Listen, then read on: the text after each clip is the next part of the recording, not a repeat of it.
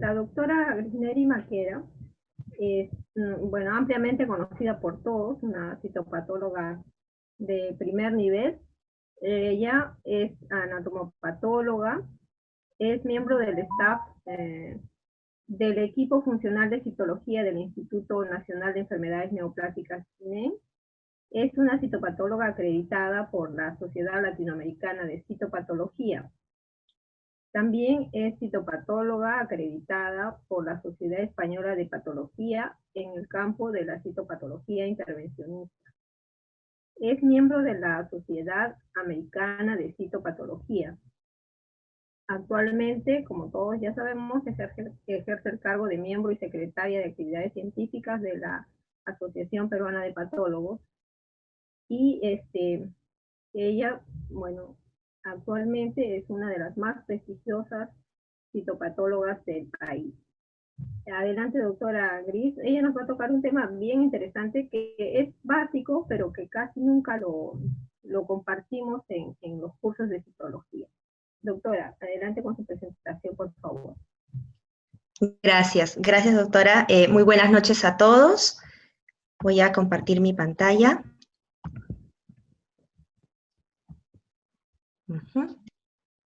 A ver.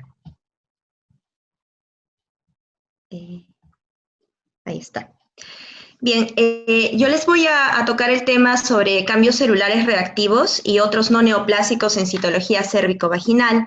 Y como dijo la doctora Imelda, es un tema que usualmente se toca muy puntualmente o a veces tampoco no lo logramos exponer o comentar porque nos enfocamos obviamente en el objetivo principal de un Papa Nicolau, que como todos sabemos es encontrar las lesiones preneoplásicas de bajo y de alto grado.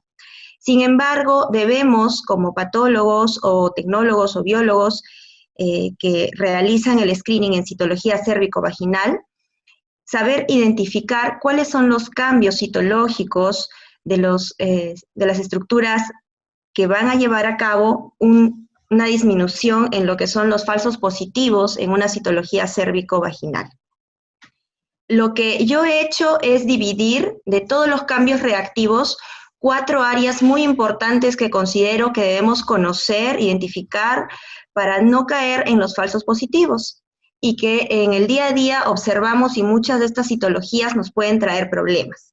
Entonces, vamos a tocar estos 4 puntos, que son los cambios celulares asociados a inflamación, los cambios celulares asociados a atrofia, cambios celulares por radiación, en aquellos hospitales donde sí haya radioterapia o quimioterapia en área oncológica, y los cambios queratóticos.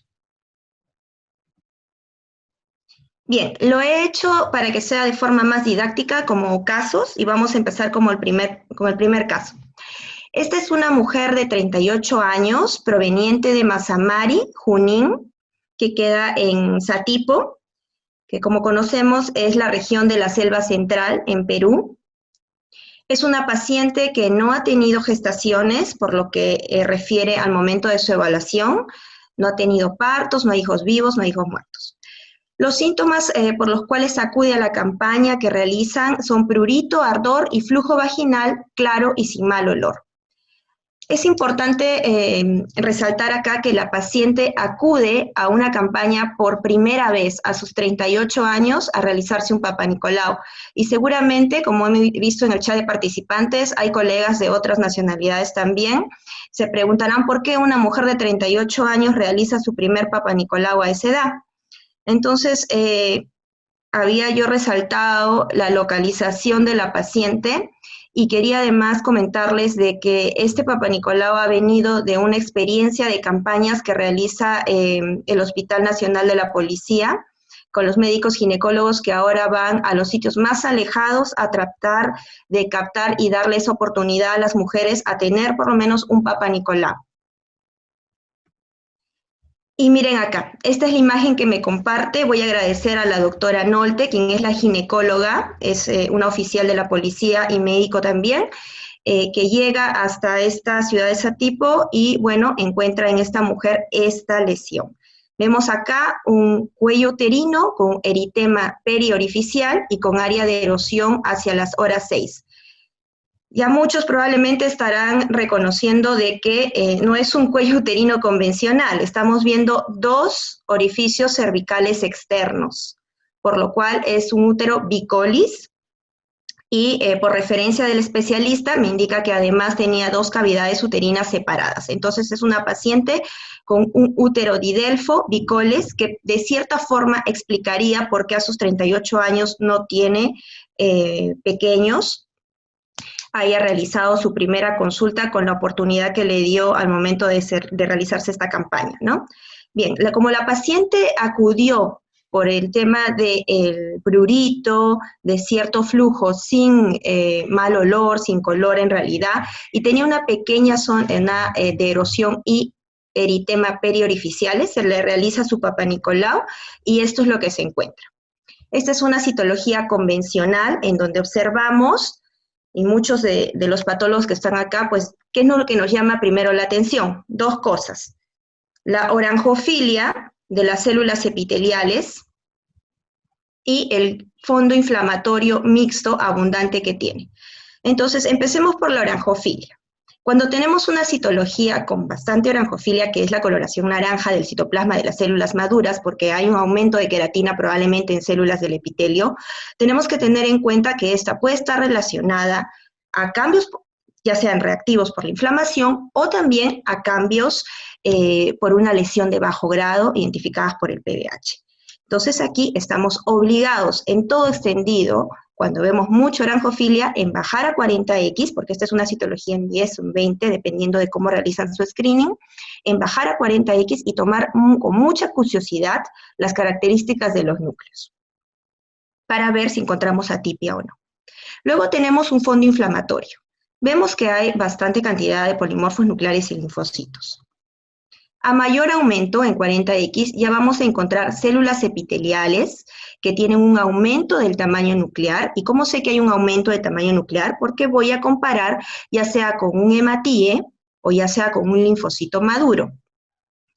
Si tenemos a la mano una célula en el mismo foco, una célula de un núcleo y una célula intermedia, pues también podremos comparar, ¿no? Entonces vemos esta célula central con un núcleo que por lo menos es de 2 a 3 veces el tamaño de un núcleo de una célula intermedia y tiene una cromatina laxa, es decir, es una cromatina homogénea y clara, no presenta grumos irregulares, los bordes de este núcleo son totalmente regulares y hacia la parte central vemos un nucleolo prominente, que son características de los cambios reactivos.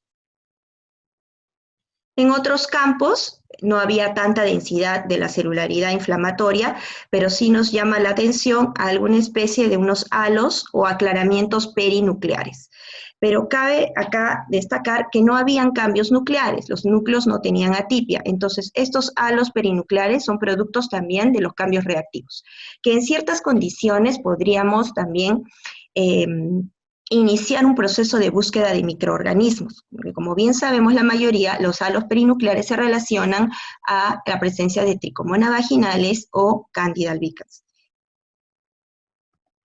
Bien, entonces esto es la interpretación, cambios celulares reactivos asociados a inflamación, que incluye cambios reparativos. Esta es la forma de cómo tenemos nosotros que interpretar esta citología de acuerdo a la nueva actualización del sistema Bethesda.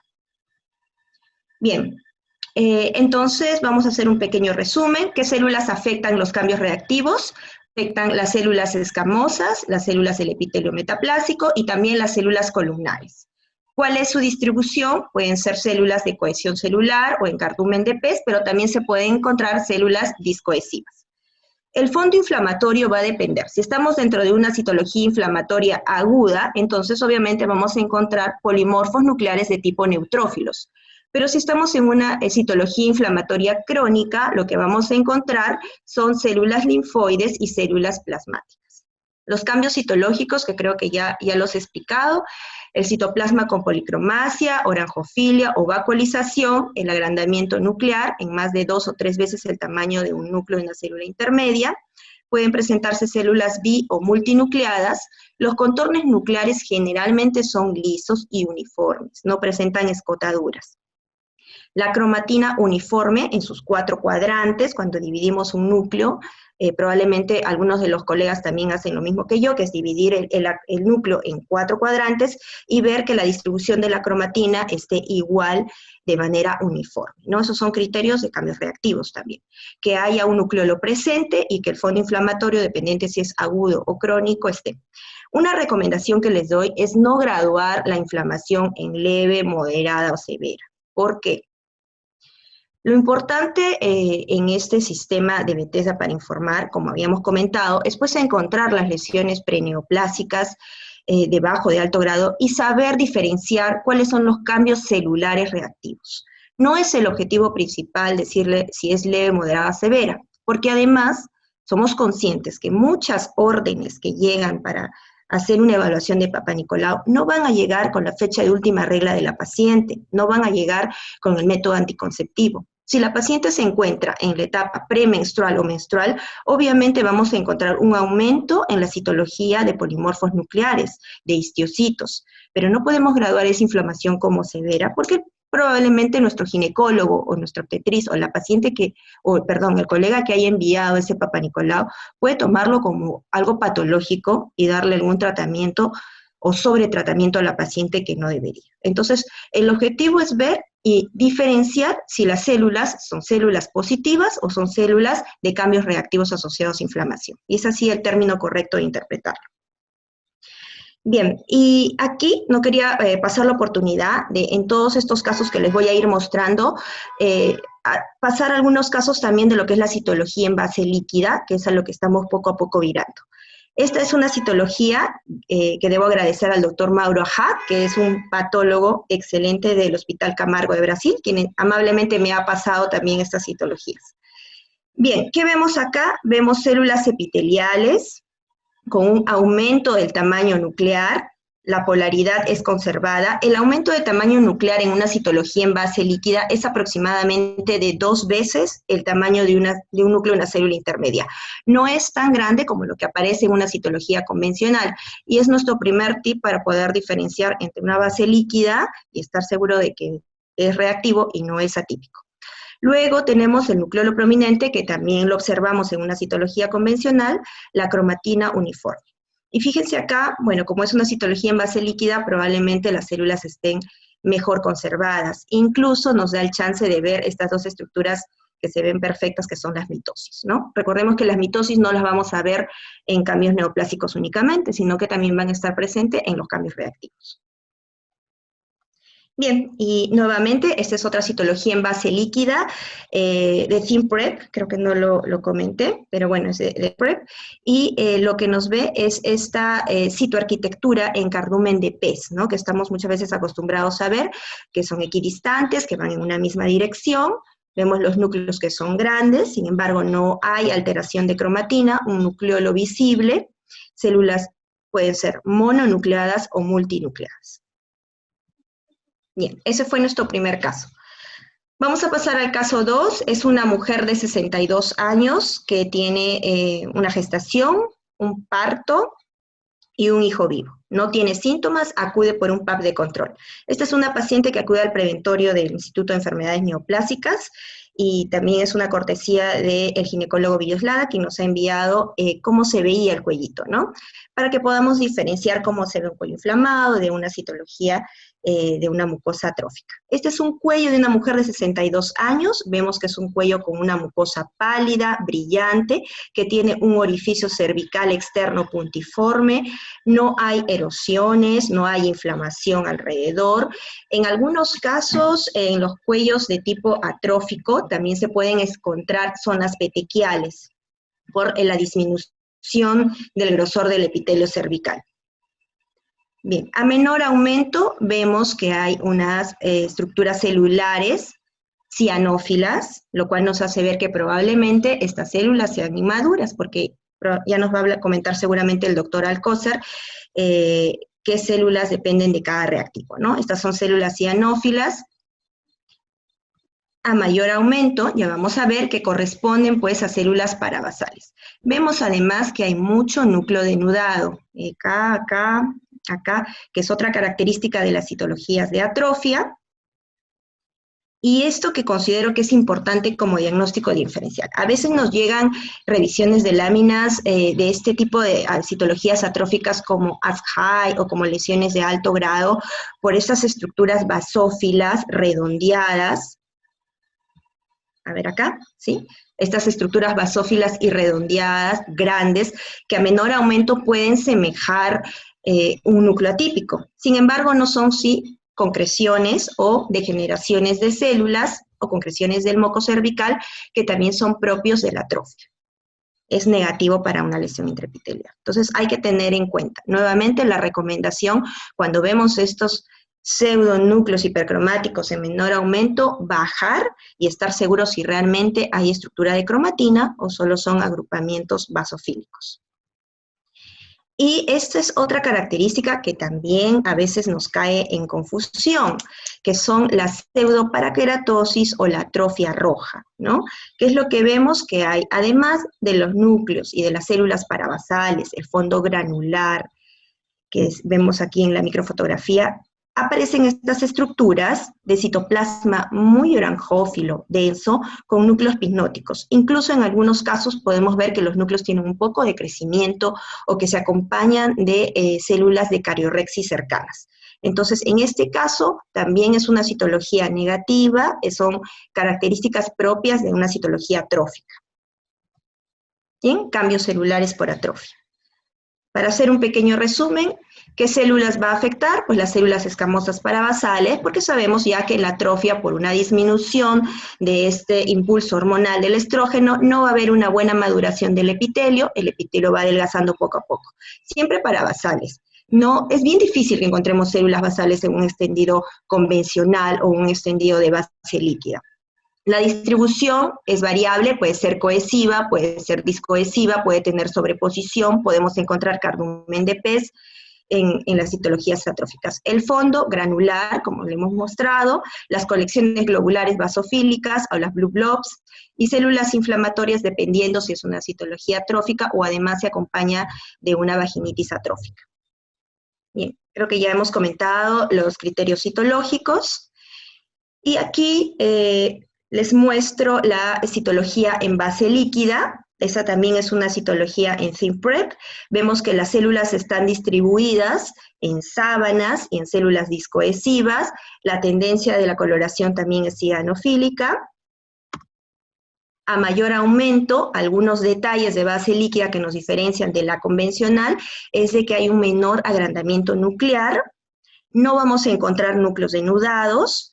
Y el material granular, que sí era abundante en una citología convencional, pues en la base líquida se elimina por las propias características de eliminación de residuos, hematíes, inflamación y el residuo granular de una citología atrófica. O cuando encontramos realmente es muy puntiforme. Bien, y nuestro cuarto caso es una mujer de 47 años de edad, portadora ya de un carcinoma de cérvix, estadio clínico 2B, que ha recibido quimioterapia y radioterapia concurrente. Acude por un control asintomática. Esta quimioterapia y radioterapia la ha recibido hace 5 años atrás y actualmente acude asintomática a la evaluación. Examen físico, ECO 1, voy a pasar a la parte preferencial, que es la ginecológica. Nos describen una vagina mediana con sinequia a nivel del tercio superior. En el tracto vaginal, el fondo vaginal y los cérvix son blandos y los paramétrios fibrosos móviles. Y esta es la citología que observamos. Es un extendido convencional.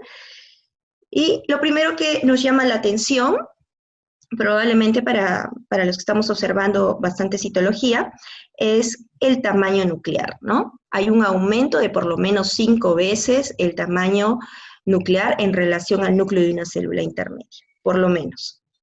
Pero a su vez en este mismo campo hay una diferencia entre el tamaño de uno y otra célula. Entonces tenemos ya una anisonucleosis. Si vemos estos grupos de células de este lado, vamos a ver que hay bastante citoplasma, ¿no? Entonces también hay un aumento del tamaño citoplasmático a expensas del tamaño nuclear. No hay un aumento de la relación núcleo-citoplasma. ¿Qué otra cosa podemos observar acá? Podemos observar que hay nucleolos presentes. Hay unas pseudovacuolas o vacuolas intranucleares. En otro campo vamos a encontrar que se agrupan y que además hay células multinucleadas. En otro campo encontramos una hipercromasia de leve a moderada.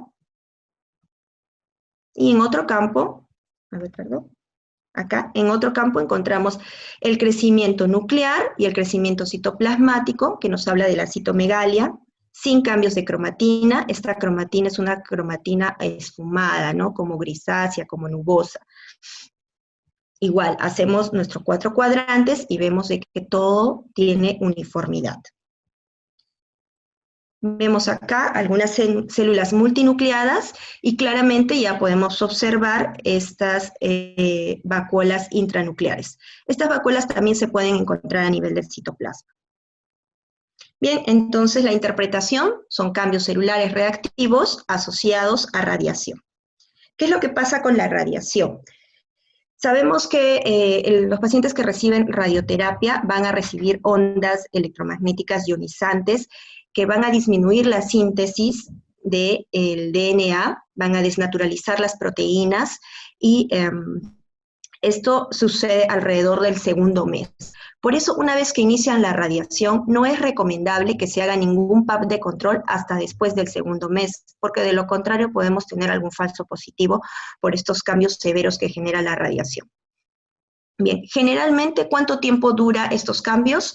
Los agudos duran hasta 6 meses. Después de aquello podemos tener, sí, una persistencia de 2, 5 o 10 años con hipercromasia y vacuolización citoplasmática. Aquí, nuevamente, el resumen para ver qué es lo que hemos ido viendo en las microfotografías. ¿Qué células afecta? Pues puede afectar los 3 tipos de células, las escamosas, metaplásicas o columnares, dependiendo si estamos pues, en una paciente que no ha sido operada.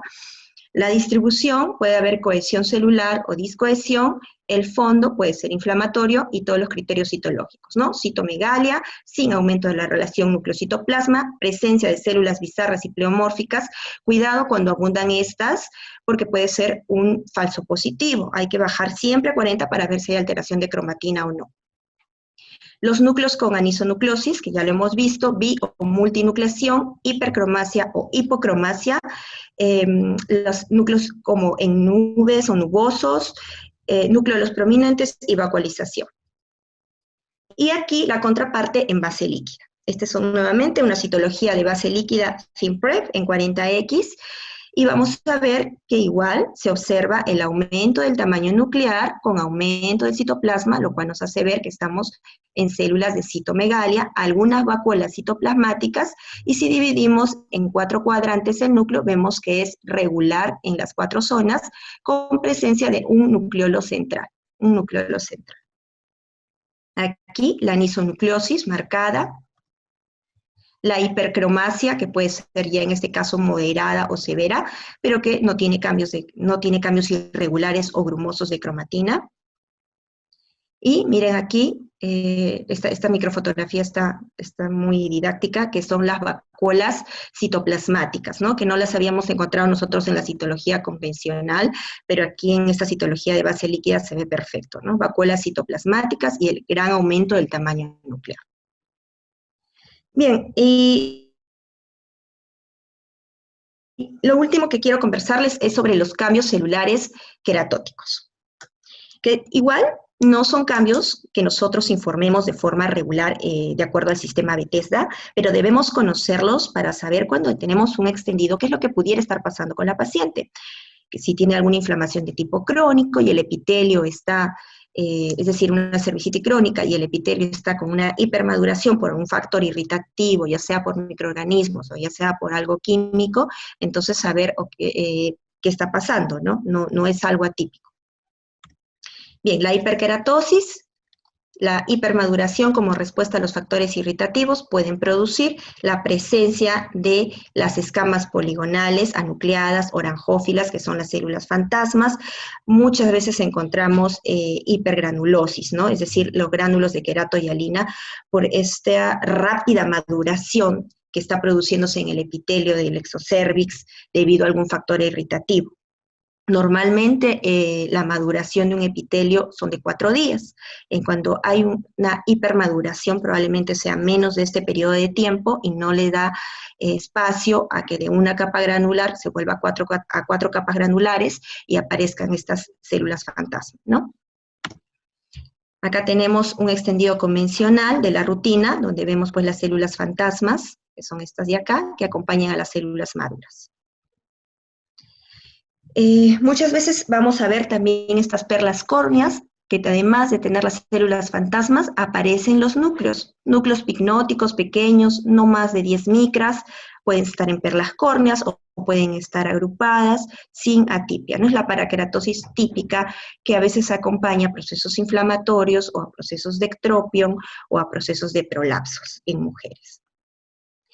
Y aquí algo para empezar ya lo que es la paraqueratosis atípica, que vamos a ver ya todo lo que son procesos preneoplásicos la siguiente semana, pero no quería dejar de comentarlo porque tengo muchas preguntas sobre cómo diferencio una paraqueratosis típica de una típica, qué es lo que debo hacer cuando veo una paraqueratosis atípica.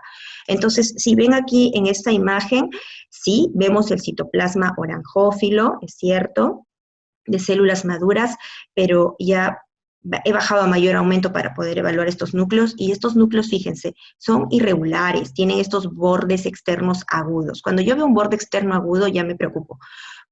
Me preocupo porque puede estar dentro del contexto de una lesión de bajo grado. Bien, y acá vemos algunos núcleos irregulares, igual caudados, hipercromáticos. Bien, por el aumento tal vez no se vea, pero la cromatina incluso es granular, no es una cromatina homogénea, y los bordes irregulares constituyen parte del contexto de una paraqueratosis atípica. Entonces, en este caso, estoy obligada a seguir buscando las células epiteliales para ver si encuentro pues una lesión de bajo grado o algo más. Bien, creo que eso es lo que yo quería comentarles sobre los cambios reactivos. Gracias.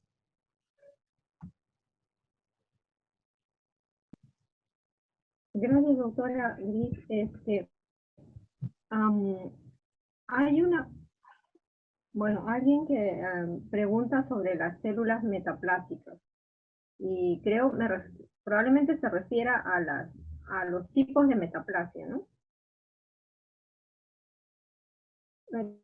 ¿Podría hacer algún comentario sobre las células metaplásicas? Sí, claro.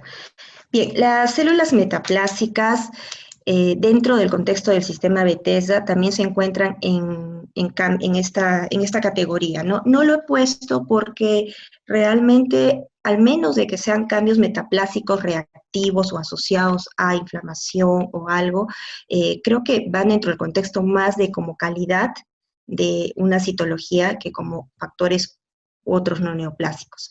Recordemos que muchas de las lesiones preneoplásicas empiezan de la zona de transición, y si yo no encuentro células endocervicales, es válido también encontrar células de la metaplásica y poner que es adecuado con presencia de endocervicales o metaplásicas para una buena evaluación, ¿no? Y así asegurar la sensibilidad de un Papá Nicolau. Diferenciar entre una metaplásica madura de inmadura en citología regularmente no lo hacemos más que de docencia, ¿no? Y tampoco no lo colocamos en una interpretación, ¿no?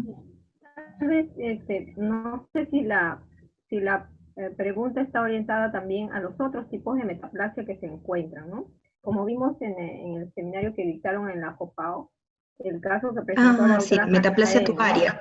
Claro, metaplasia tubárica, y también hay una metaplasia de células transicionales que es bastante rara y que a veces puede, digamos, confundirnos con lesiones de bajo grado, y hay que tener cuidado con eso.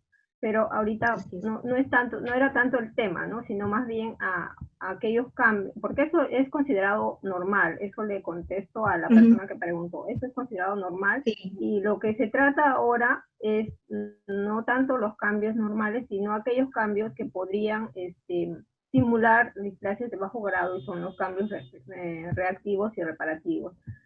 Lo otro que me pareció muy interesante, doctora, de su exposición, es justamente los cambios por radioterapia. Y en eso tenemos que ser bien fuertes en que los médicos que nos remiten los casos nos reporten que la paciente ha recibido un tratamiento, porque si no nosotros automáticamente vamos a poner que ahí hay lesión, ¿no? Eso es. Y además, cuándo lo ha recibido el tratamiento, ¿no? Porque como comenté, los cambios agudos dentro de los 6 primeros meses pueden hacernos hasta a veces dudar, decir, bueno, esta hipercromasia la veo un poco irregular, porque claro, los cambios por radioterapia también tienen bordes irregulares, tienen aumentos del tamaño nuclear, tienen vacuolas que nos pueden hacer pensar no ser una lesión glandular o algo. Entonces necesitamos mucha información.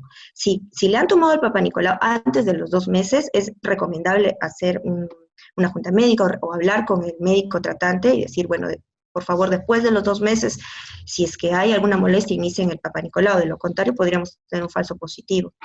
Y bueno, y eso, y después de los 6 meses lo que queda mucho es la hipercromasia y la vacuolización citoplasmática, que es lo que nosotros vemos regularmente en el instituto.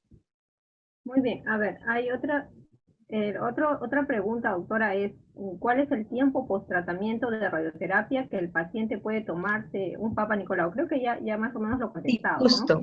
Sí. Justo, claro. Ajá, sí. Ya. Bueno, como dije, ¿no? Antes del segundo mes no deberían tomar ningún Papa Nicolau de control en pacientes que hayan recibido o quimioterapia o radioterapia. Hasta el 6.º mes están los cambios agudos. Después del 6.º mes regularmente se hace un primer PAP de control para ver si hay cambios o no. Otra cosa que no quiero que se deje pasar es que está bien tener cambios por radioterapia en el 6.º mes o en el primer año, porque quiere decir que la paciente está respondiendo al tratamiento de radiación, ¿no? Y eso es algo que también solemos ver, ¿no? O sea, ¿qué está pasando? Si antes del 6.º mes le tomaron un Papa Nicolau y no hay cambios, entonces ahí es donde yo me preocupo y digo, a ver, no vaya a ser que sea una lesión pequeñita o algo que está pasando que le hayan tomado antes del 6.º mes y esté aquí presente, ¿no? Eso es lo que regularmente hacemos. Ya. Hay otra pregunta. ¿Los cambios celulares reactivos se reportan junto al tipo de lesión o solo se reporta reactividad cuando se trata de un extendido negativo? Uh-huh. Bueno, para empezar, en este último update que hizo la doctora Nayar, deja a voluntad o a criterio de cada patólogo colocar los otros cambios que incluyen esto, ¿no? Los cambios reactivos asociados a inflamación, atrofia, DIU, radioterapia, metaplasias, etc. En los casos que yo veo que son positivos y que además tienen una inflamación o cambios reactivos a, qué sé yo, encontré un microorganismo o algo, sí los coloco. Si veo que hay una atrofia con un ASHI, lo coloco. Si veo que hay una atrofia con alto grado, lo coloco también, porque podría ser un diagnóstico diferencial. Ya. Bueno, mi experiencia también, quisiera aportar un poquito esta pregunta. Yo considero que si hay lesión, todo lo demás ya no sirve mucho. O sea, si yo encuentro una lesión bien establecida, poner reactividad o no, no es tan necesario, desde mi punto de vista. Si es que hay un ASCUS, por ejemplo, y aparte hay células reactivas, eh, no sé, tal vez, no sé, lo pondría. Yo daría más énfasis al ASCUS.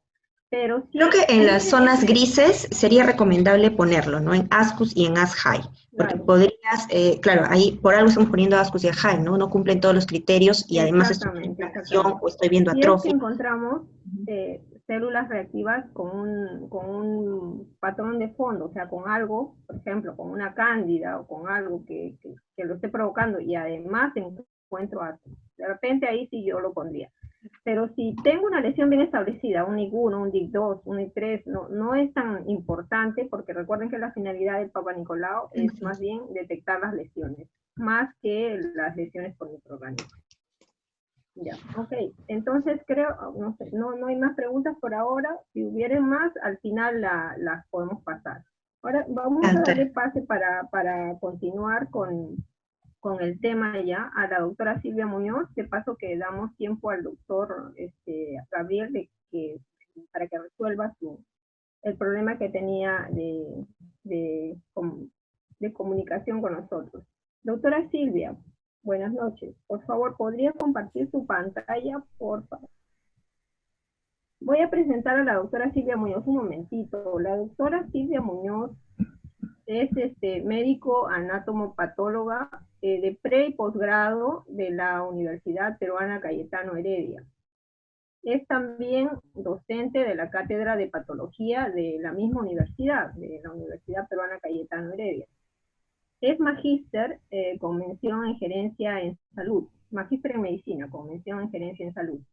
Es médico asistente del Hospital Alberto Sabogal del Callao de Salud y la doctora tiene múltiples trabajos de investigación en congresos y en algunas revistas indizadas, y también es miembro del Comité de Citología Cervical de Salud. Doctora, Gracias, gracias. estamos viendo su pantalla. Sí, perfecto. Muchas gracias. Muchas gracias. Agradezco bastante a la sociedad la oportunidad de explicar un poco de teoría, porque ahorita no tengo mucho acceso al hospital por ser personal de riesgo. Sin embargo, creo que puedo dar algunas ideas que son básicamente reflexivas en función al tema. No se puede desligar las lesiones reactivas de la causalidad, ¿no? Y la causalidad muchas veces en nuestra población va a ser de tipo infecciosa, múltiple. Otras cosas que tenemos que tener en cuenta es que estamos en un país donde las lesiones se están diagnosticándose tardíamente. Si vemos el análisis del Instituto Nacional de Salud, el ACIS 2013, nos daremos cuenta que la gran mayoría de pacientes se están diagnosticando en una etapa muy tardía. Y lo que trataríamos de tener como meta país, como meta de grupo profesional, es poder lograr una mayor cobertura, pero también una mayor precisión diagnóstica. Y para lograr una mayor precisión diagnóstica, tenemos que retornar a la teoría y saber estas cosas que nos ha explicado tan brillantemente hoy día la doctora Grisneri, porque las lesiones reactivas son múltiples, pueden ser muy discretas, pero pueden ser muy severas también y nos pueden poner en duda y hacer llegar a una conclusión inadecuada, ¿no? Y más pena daría tener un falso negativo, un falso positivo, quizás pueda tratarse y resolverse, pero un falso negativo pierde la oportunidad en el momento en que le tomaron el PAP. Entonces, como no se puede desligar el hecho de que haya gérmenes asociados a reacción. Doctora, disculpe que le interrumpa.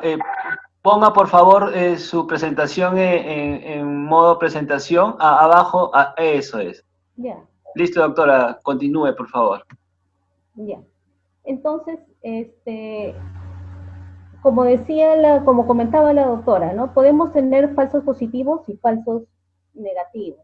Entre los falsos positivos, las causas pueden ser inclusive biológicas, ¿no? El momento de la vida de la persona, ¿no? También tratarse de un epitelio que sea reactivo, que puede este tipo de metaplasias tubáricas, escamosas, todas diferentes circunstancias, ¿no? En las que nos pueden llevar a dar un falso positivo. También podemos tener falsos negativos. Y en los falsos negativos nos pueden engañar circunstancias como, por ejemplo, la citólisis o circunstancias en las que hay tanta inflamación que hay desechos necróticos, células generalizadas, sangre acumulada, sangre tomada en el nueva, reciente, de producto de la toma de la muestra o producto de un sangrado anterior por una inflamación crónica. Entonces son circunstancias que el patólogo a la hora de leer la lámina se enfrenta y debe resolverlas rápidamente porque nos dan una temporalidad para resolver la lámina. Las células gigantes multinucleadas pueden ser producto de vuelvo a decir, de diferentes circunstancias, como pueden ser que ante una célula multinucleada podríamos estar ante histocitos, o podríamos hasta estar frente a un problema nutricional, una gestante que está perdiendo ácido fólico, pero también podría ser una infección viral, podría ser producto de una radiación. Entonces tenemos una imagen y tenemos que decidir más o menos si es que se trata de algo que es reactivo al estado de la persona, a su estado individual, o si estamos ante ya un proceso degenerativo. La imagen es una y tenemos que averiguarlo. La presencia de macronucleolos, ¿qué significa un macronucleolo? Un macronucleolo nos puede estar hablando de una infección viral, de muchas reacciones reparativas, pero igualmente nos puede estar hablando de carcinomas, de un carcinoma escamoso, de un tumor metastásico. Entonces tenemos una imagen y tenemos posibilidades del estado fisiológico de la persona, de un estado inflamatorio asociado a gérmenes o de un estado degenerativo. Entonces los retos a la hora de hacer un Papanicolau son grandes. Inclusive el adenocarcinoma tiene un diagnóstico diferencial que va desde una infección viral, ¿no?, a procesos inflamatorios de órganos un poquito más a distancia, como del endometrio, ¿no? Un proceso patológico llamado adenosis también nos puede estar dando un diagnóstico diferencial para adenocarcinomas. Entonces, tenemos que volver a la teoría, a las posibilidades diagnósticas y reconocer en base a los puntos que nos ha estado refiriendo la doctora Grisneri. Es muy bonito aquello de dividir en 4 el núcleo y ver si hay simetría, cómo están los bordes, cómo está la simetría, cómo está el tamaño del crecimiento celular. Normalmente esto se llama benignidad aquello que no va a dar un crecimiento del tamaño nuclear más de 2 veces. Y cuando ya es más de 3 veces el tamaño de una célula intermedia, ya estoy sospechando una lesión maligna. Entonces, para la interpretación óptima de la prueba PAC, nosotros necesitamos datos. Y los datos, somos todos patólogos, sabemos que no nos los suelen dar.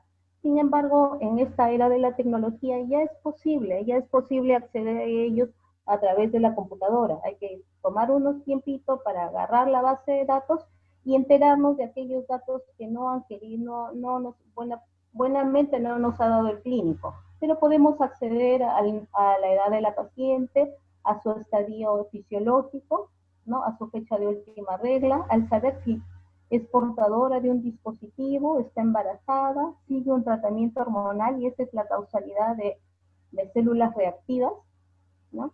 Hay historial de anomalías previas, hay una historia de malignidad de quimioterapia, es un paciente que ha venido hacia Lima, se ha tratado y ha regresado a provincia, y donde no había acceso a esa radioterapia, y el patólogo va a tener que enfrentarse a esa imagen de radioterapia, de reactividad, a pesar de que no cuentan, frecuentemente no se ven ese tipo de láminas, porque son derivadas y son vistas en el centro que reúne todos los casos.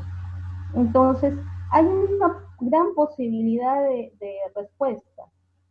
Analizando este tipo de reacciones podemos ver que hay cambios de fondo, ¿no? En el fondo inflamatorio que se está comentando, sencillamente decir, ¿está oscurecida la imagen o no está oscurecida? Eso es lo que nos recomienda el Bethesda para saber si me voy a decidir a dar una respuesta o no, ¿no?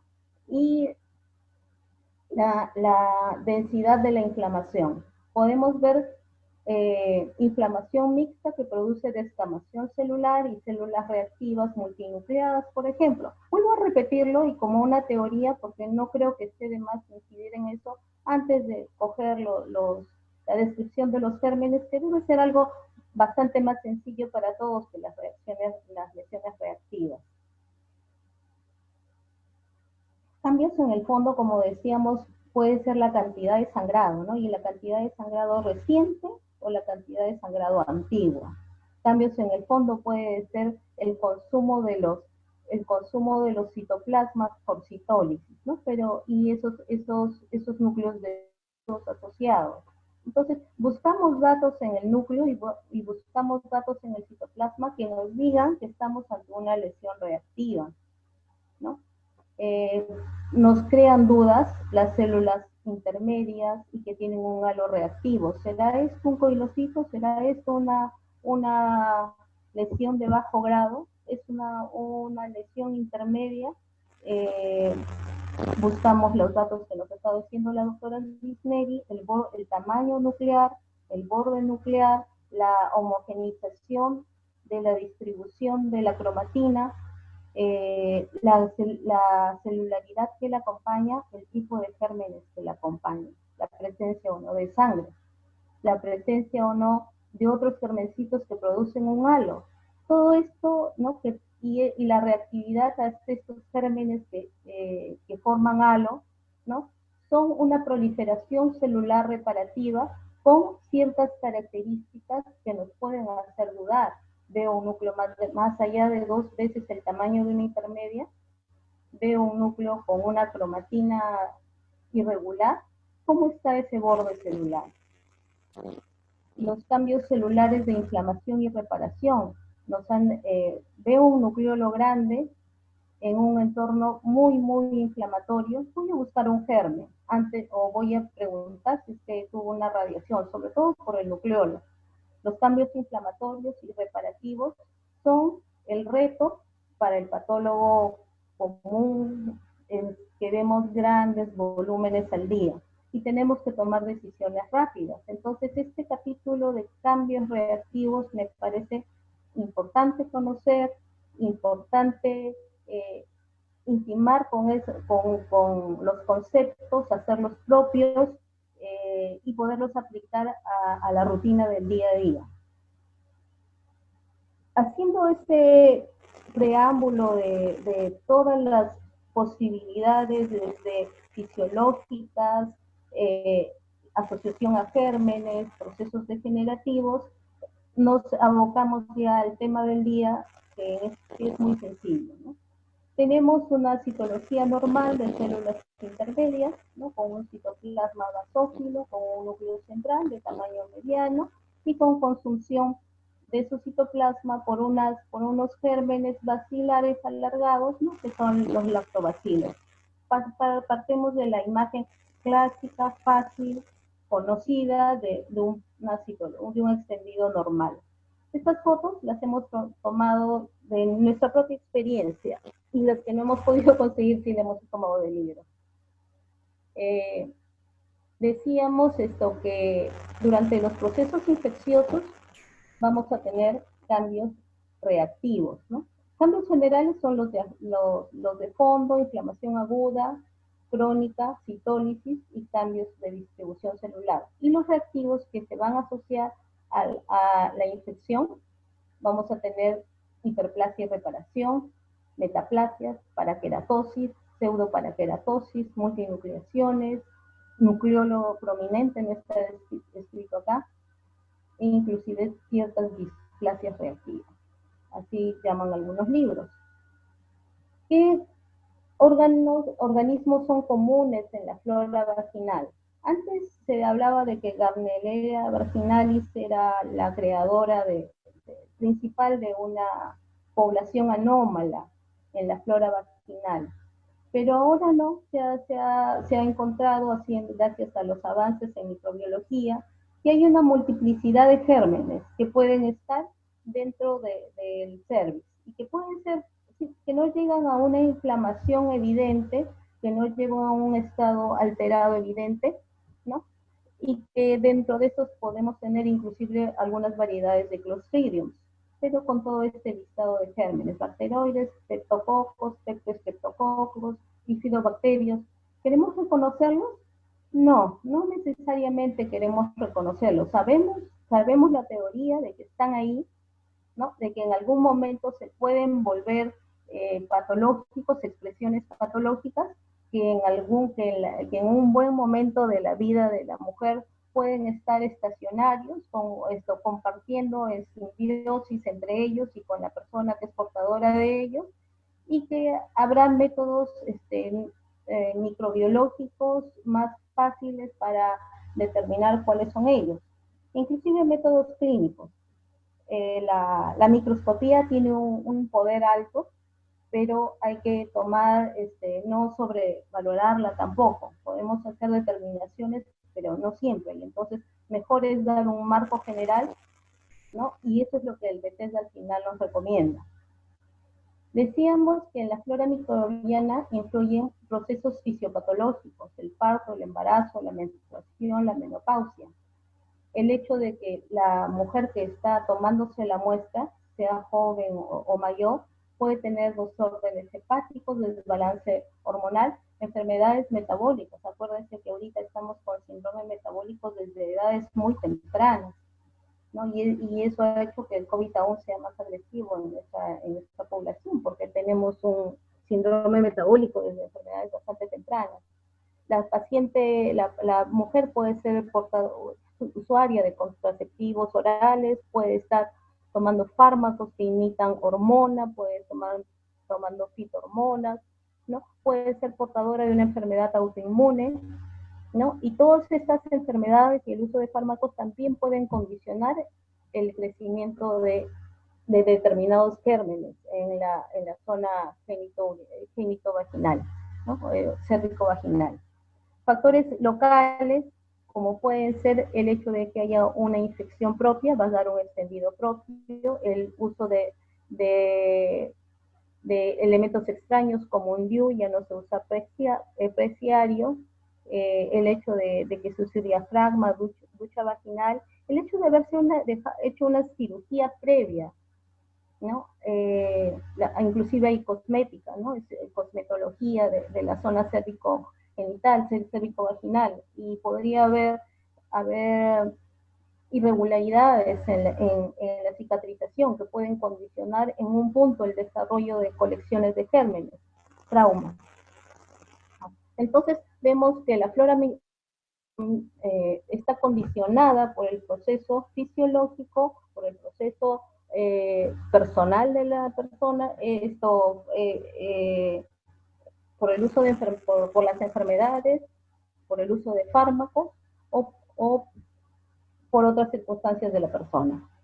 Cuando vemos un Papa Nicolau y vemos esta imagen, más me gustaría preguntar a todos qué es, y todos me responderían de manera correcta, ¿no?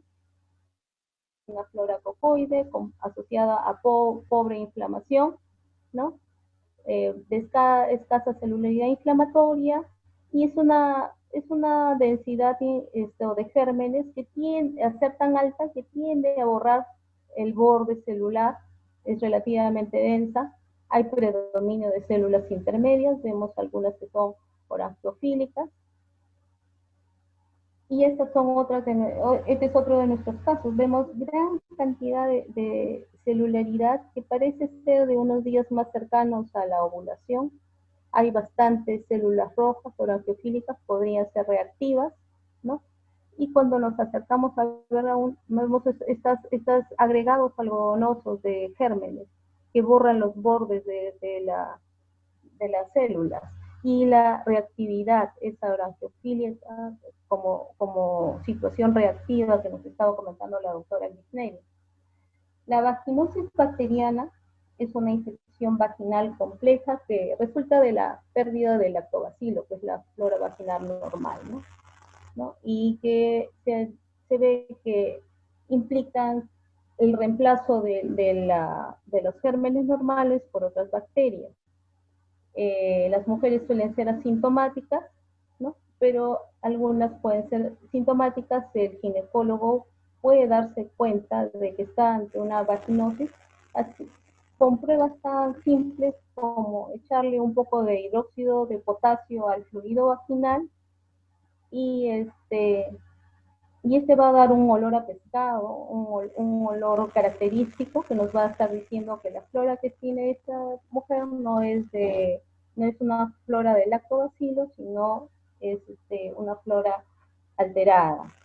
Cuando el pH deja de ser más ácido y se vuelve un poquito más alcalino, menos ácido, también estamos hablando de una flora alterada, ¿no? Es una secreción visualmente fina y lechosa, y en la microscopía vamos a ver las células clave o las células llave, ya que nos están indicando que estamos ante una vaginosis bacteriana. Si les pregunto esta otra lámina, también fácilmente van a poder hacer el diagnóstico, ¿no?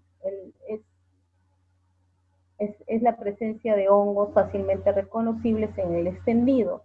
Son un poco más rojo, de color rojizo, se suelen arreglar uno al lado del otro, dando una imagen alargada, ¿no? Sin septos, ¿no? Con pseudohifas, ¿no? Y podemos ver por algún lugar la forma de la levadura con su extensión de pseudohifa cuando nos acercamos. ¿Va solo o no? Va con otros gérmenes asociados, pero la que nos está llamando la atención es este tipo de gérmenes. Y sabemos que estamos ante un hongo. A veces estamos ante este otro hongo que es más chiquitito, que solamente forma levaduras y no forma hifas, y que tiene un halo perinuclear. Ahora, estos dos gérmenes van con cambios reactivos, sí, ¿no? Acá vamos a tener núcleos más agrandados, ¿no? Cambios reactivos en el núcleo, agrandamiento nuclear, una cromatina de densidad homogénea, un borde celular más o menos nítido, pero hay un cambio también en el citoplasma que es oranjefílico. Volvemos a mirar el germen. Bueno, en este caso solamente vemos levadura.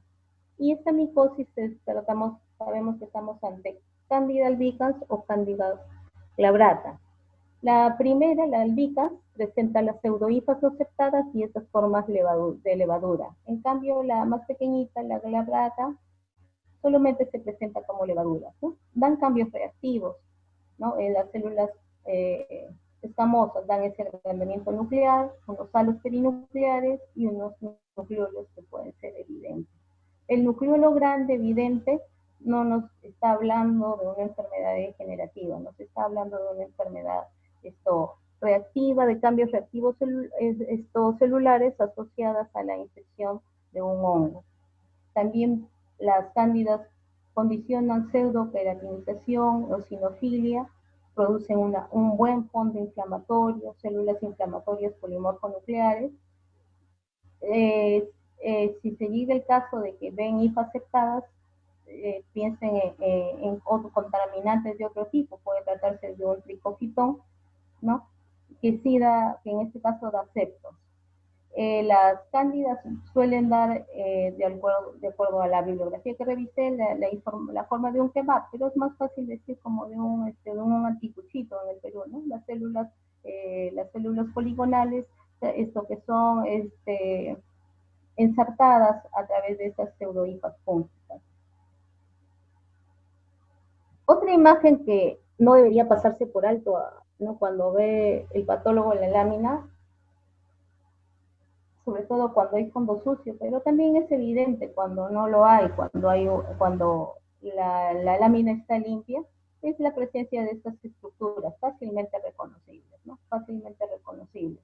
Son un poquito en forma de pera, son triangulares, no son tan grandes como una célula parabasal, son un poco más pequeñas, y hay en relativa abundancia, ¿no? En relativa abundancia nos acercamos a verla más.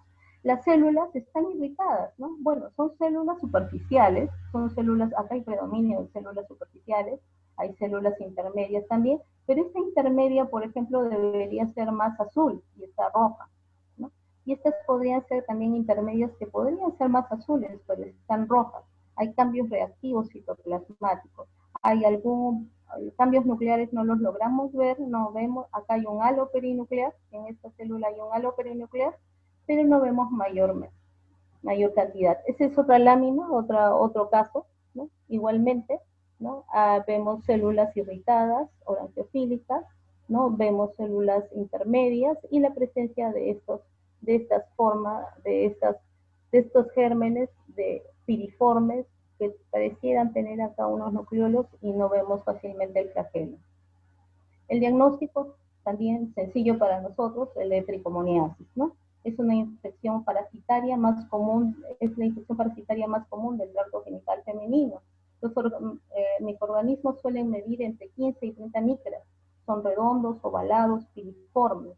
Usualmente tiñen, así como lo vimos, de un color azul grisáceo. Suelen tener un fondo sucio y difuso con agregados neutrofílicos. Provocan cambios nucleares reactivos a los perinucleares y prácticamente los R1 siempre caen, ¿no? Porque cuando ven esos cambios nucleares tan reactivos, lo que no hemos presentado acá, tienden a pensar que es una lesión de bajo grado. Y luego cuando ya notan estos gérmenes que son tienen un tamaño como de 15 a 30 micras, ya van asociando los cambios reactivos de una tricomona con el fondo sucio y los cambios reactivos celulares. El Leptotrix acompaña bastante a la tricomona vaginalis, en aproximadamente un 80% de los casos. También podemos, como diagnóstico diferencial de las tricomonas, encontrar fragmentos citoplasmáticos de células que se están degenerando. Y en la citología de base líquido es posible ver los flagelos. Hablábamos del Leptotrix y todos conocemos estas bacterias alargadas, ¿no? Que se dan en determinados contextos. Nos han dicho que uno de los contextos es acompañando a la tricomona. Sin embargo, nos ha tocado ver Leptotrix extendidos completamente normales post-tratamiento y que provocan bastante escozor en la paciente. ¿No? Pueden provocar bastante escozor y estar asociados a la limpieza y el barrido total de la flora normal.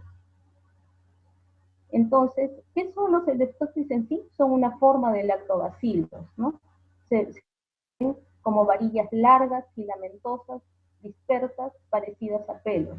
Bueno, y como decíamos, se asocian bastante, en este caso, si las vemos asociadas a tricomonas. Esta es una foto del... Otro tipo de germen que vemos son las bacterias filamentosas, ¿no? Y es exclusivo de un tipo de pacientes, es exclusivo de pacientes portadoras de un DIU. Entonces, con ese dato clínico, ¿no? Y sabiendo que es una mujer en edad reproductiva, que es necesario que utilice su DIU, y viendo un fondo sucio, y estos acúmulos de gérmenes que llegan en su periferia a ser filamentosos, es fácil hacer el diagnóstico de actinomices, ¿no?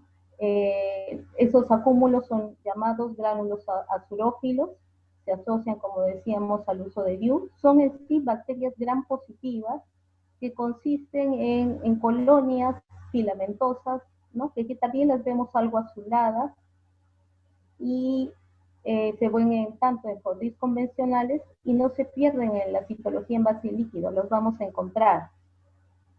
La naturaleza filamentosa se observa más claramente y va acompañada de una gran cantidad de polimorfos nucleares, macrófagos, células gigantes multinucleadas.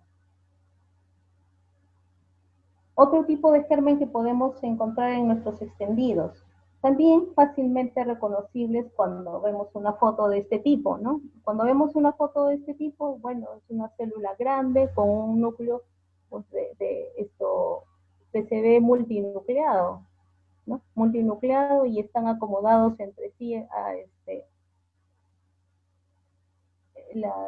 haciendo molde. Se trata de un virus de herpes simple.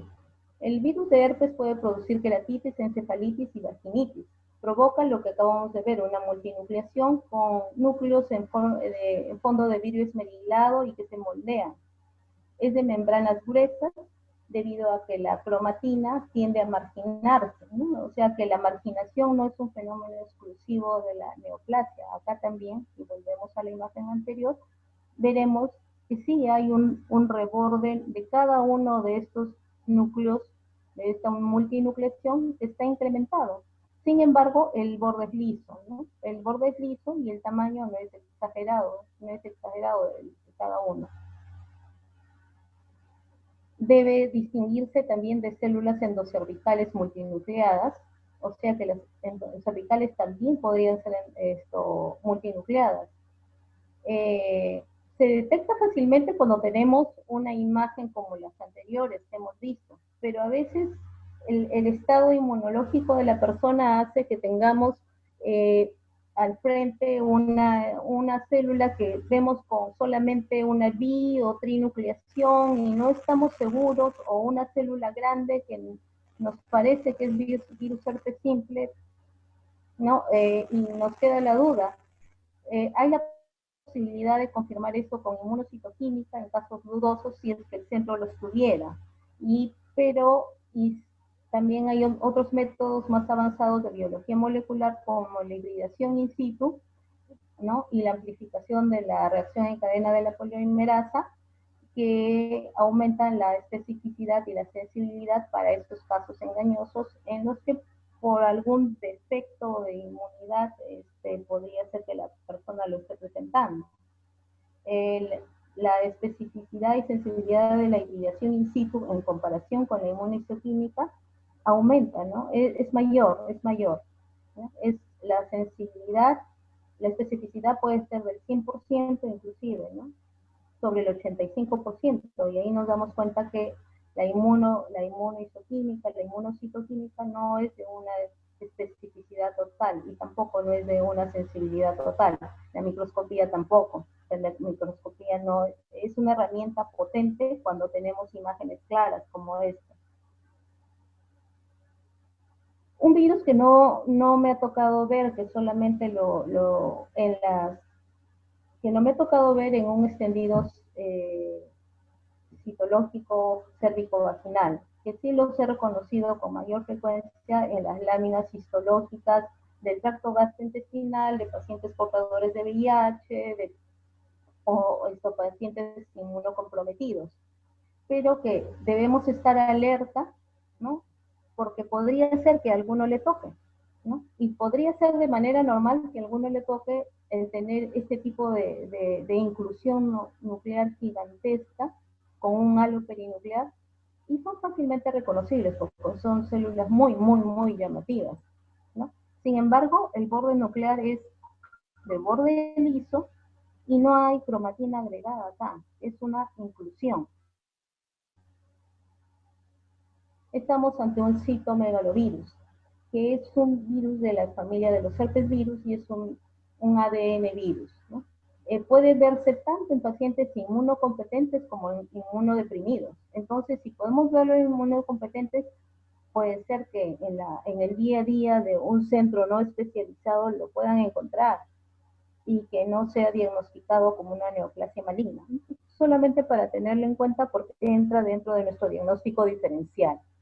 Puede causar endocervicitis y rara vez se ve en una prueba de Papa Nicolau. Es un reto de esto, reconocerlo y tener la certeza, la alegría y la certeza de reconocerlo, ¿no? Cuando se dé la ocasión. Produce citomegalia y cariomegalia, las dos cosas. Entonces es evidente el tamaño celular y el tamaño nuclear amplio.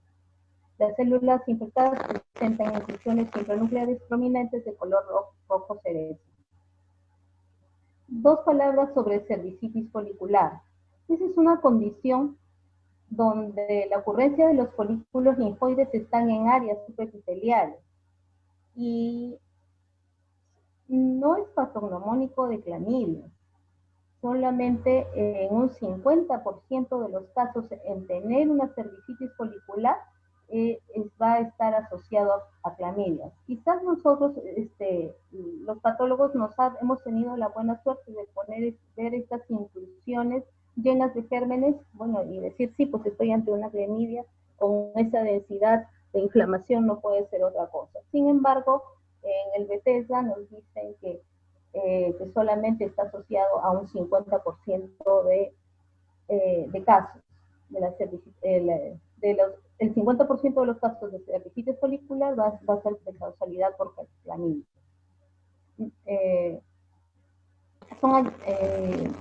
Deben distinguirse del linfoma, de las células metastásicas tumorales, de células endometriales y de histiocytos.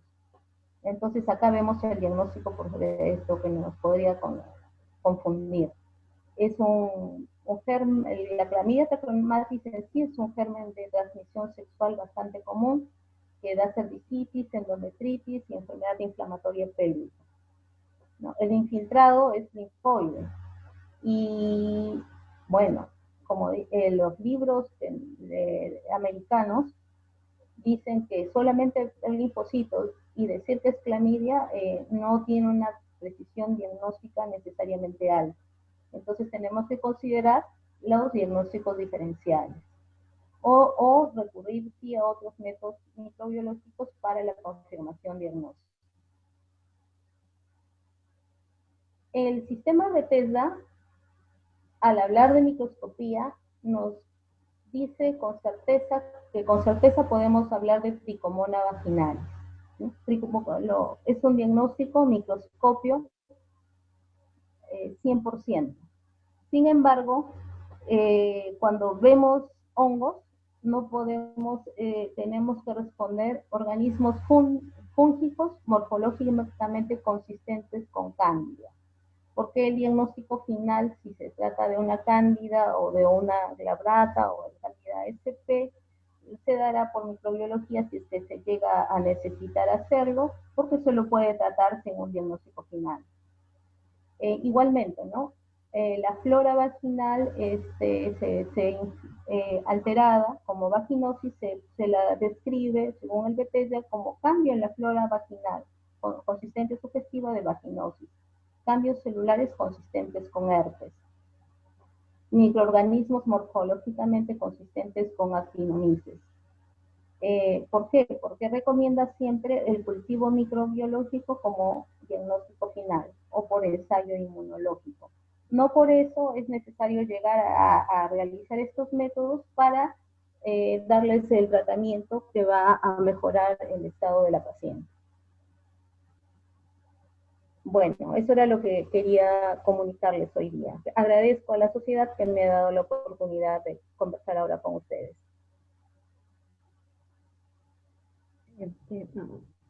Muchas gracias, doctora Silvia. Realmente una exposición muy bonita, muy detallada, muy didáctica. Ha sacado a relucir todas sus virtudes como docente universitaria. Felicitaciones, doctora. Yo quería, porque no han preguntado mucho en el chat, pero sí quería de repente resaltar algunos aspectos breves. Uno, sí, ya lo dijo usted, es el colocar a la cándida como un organismo fúngico consistente con o probablemente relacionado a o favorece, por ejemplo, cuando vemos lo que usted ha puesto en las imágenes a Candida albicans, favorece Candida glabrata, ¿no? Como es una recomendación del Bethesda. Lo otro, sobre las tricomonas, yo siempre les digo a mis residentes que cuando ellos vean tricomonas ya pueden ver citología. En realidad no es tan fácil reconocerlas al principio. De hecho son un poco difíciles de ver. Pero cuando ya las pueden reconocer es que realmente si reconocen tricomonas en un extendido, definitivamente no se les va a pasar una lesión de bajo grado ni menos una de alto grado, ¿no? Yo lo tengo como un marcador de, ya sabe ver citología cuando mis residentes se encuentran solitos las tricomonas. El otro comentario es sobre la actinomicosis. Yo siempre que, algunas veces doy charlas a los ginecólogos, tratando de defender las virtudes del Papa Nicolau, y cuando pongo Bethesda, la mayoría me preguntan sobre actinomices.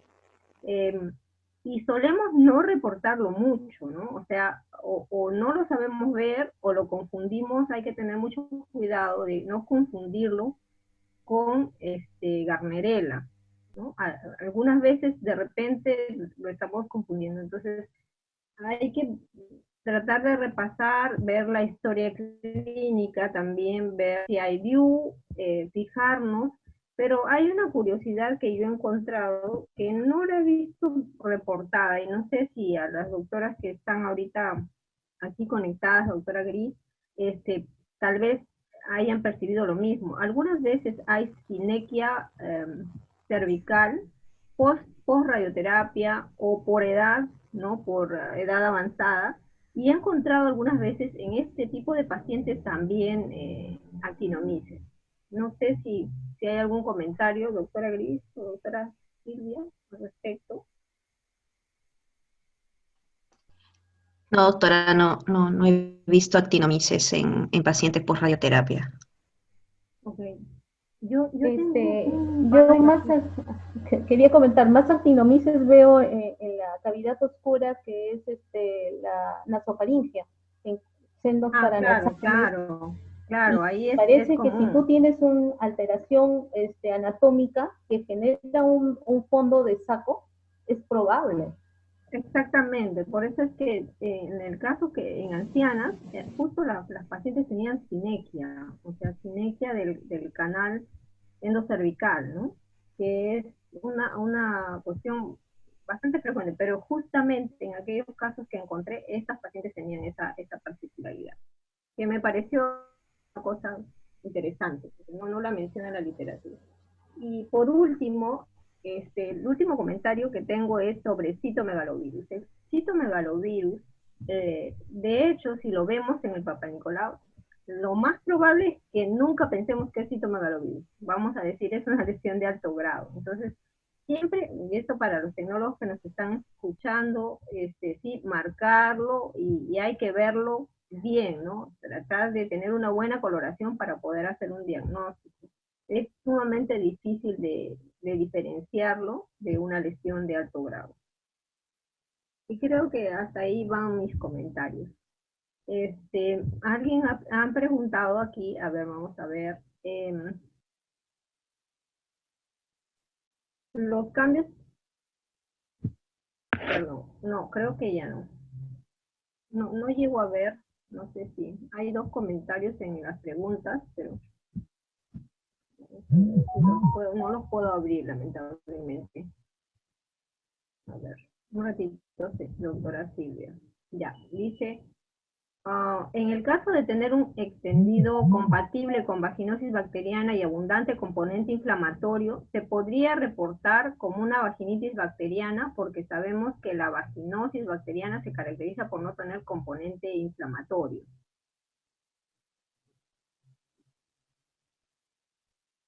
¿Le contesto, doctora Silvia? Bueno, en términos prácticos,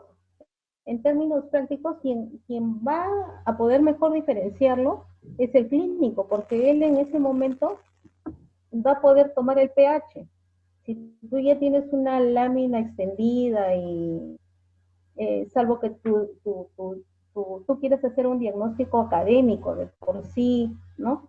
Pero en sí, con una tira reactiva de pH 4.5, te sirve para decir si estoy con un componente de gérmenes comunes o estoy en un estadio de vaginosis bacteriana.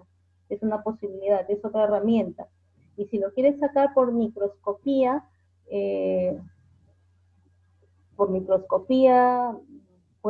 Bethesda te está diciendo que tienes que decir sugestivos de vaginosis bacteriana, o no sugestivos. Claro, uno de los criterios, de hecho, para decir vaginosis bacteriana es que no tiene que tener componente inflamatorio. Entonces, vaginitis bacteriana es mejor reportar que hay elementos de tipo inflamatorio agudo y hay gérmenes. Podríamos mencionar cocobacilos, o si tenemos la célula Clue, de repente inclinarnos hacia favorece Gardnerella, ¿no? Tal vez... Doctora, sí. doctora, mire, solo para comentar, lo que nosotros hacemos cuando vemos cambios de vaginosis con infiltrado inflamatorio de fondo es, primero, ya no colocamos vaginosis, ¿no? Colocamos gérmenes, cocoides, y si veo un fondo de infiltrado inflamatorio abundante, con algunos cambios celulares reactivos, pues me pongo a buscar otro microorganismo que probablemente esté causando esa inflamación, ya sea cándida o tricomona o algún generalmente es organismo, ¿no? tricomona es la asociación. Eso. Claro, Ok. tienes razón. La definición de vaginosis es sin inflamación. Sin inflamación, claro. Ya. Y la Entonces, otra flora de pregunta, cocoa es un término más amplio y más protector y más confiable para la paciente. ujú, la otra pregunta es, ¿qué tan común es encontrar vaginosis bacteriana o tricomoniasis en una paciente de la tercera edad? O sea, de 70 años a más. No sé, Silvia, a ver. Es una pregunta curiosa. Difícil, sí, claro. Eh, Yamile. no, ahí vuelvo a decir, tenemos lesiones reactivas, ¿no? Lesiones reactivas y hay que tener mucho cuidado de no confundir los pedazos de citoplasma también con tricomona o las alteraciones nucleares propios de la tercera edad, ¿no? De la ausencia con cambios reactivos más unos pedazos de citoplasma, es confundible desde el punto de vista morfológico. Creo que hay que hacer integración de la historia clínica, de los datos laboratoriales y de la imagen. Siempre el diagnóstico no es imagenológico totalmente. A esa conclusión creo que es la que está llegando siempre la medicina, ¿no? Integren la formación, la información. Eh, la doctora Gris,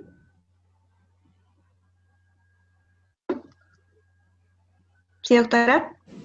sobre la pregunta de tricomoniasis y vaginosis bacteriana en mujer mayor de 70 años, ¿ha tenido Ay, sí, alguna experiencia, caso? es, sí, o sea, sí hemos tenido, pero es raro, ¿no? Es raro encontrar. Y habrá que, como dice la doctora, habrá que ver realmente si es tricomona, si tiene todos los criterios o son, incluso pueden ser fragmentos citoplasmáticos degenerados de una Así atrofia, es, así es. ¿no? Hay que tener cuidado. Sí. Las mujeres posmenopáusicas suelen tener vaginitis atróficas. Entonces, estas vaginitis atróficas dan muchos cambios reactivos, dan muchos núcleos desnudos, dan burbujas azules, que son precipitados de hematoxilina, y estas células degeneradas atróficas pueden simular tricomoniasis. Yo realmente tengo que verla bien vista la tricomona para poder ponerla en una mujer mayor. Entonces, muy difícil es encontrar realmente esa asociación. No, casi no la he visto. La última pregunta es si podríamos hacer, no, perdón, hay dos más. Si podríamos hacer un comentario sobre el reporte de clamidia trachomatis y que no se incluya en el Bethesda, la no inclusión de clamidia trachomatis en el Bethesda. Creo que Imelda, tú misma puedes contestar eso, ¿no? Bueno, ya lo dijo la doctora, en realidad ya lo comentó. Eh, eh, lo que se coloca en el Bethesda es lo que ya está certificado completamente, ¿no? Entonces, algunas veces en las coloraciones de Papa Nicolau que no estén también estandarizadas, no es posible definir si esas inclusiones realmente corresponden a tricomonas. Algunas veces podemos ver en mujeres posmenopáusicas, por ejemplo, cambios degenerativos en las células metaplásticas y vacuolización que pueden simular la presencia de clamidia. Entonces, por esa razón que ellos no lo han incluido. Sin embargo, en nuestro medio podremos ponerlo como una posibilidad con la salvedad de que hagan un estudio de tipo inmunológico confirmatorio, ¿no? Hay varios estudios inmunológicos que se pueden aplicar, incluso al propio extendido se puede hacer inmunofluorescencia, un extendido de secreción cervicovaginal, y si nosotros lo recomendamos no estaría de más, ¿no? Pero poner así de pronto es clamidia, no. También sería como imágenes que sugieren la posibilidad, es lo que al menos yo hago. Pero en Bethesda, del que se aplica Cervicitis en Estados folicular. Unidos, no lo ponen, claro. Obviamente, si encuentro cervicitis folicular, voy a poner como diagnóstico cervicitis folicular, porque eso sí lo contempla el Bethesda, ¿no?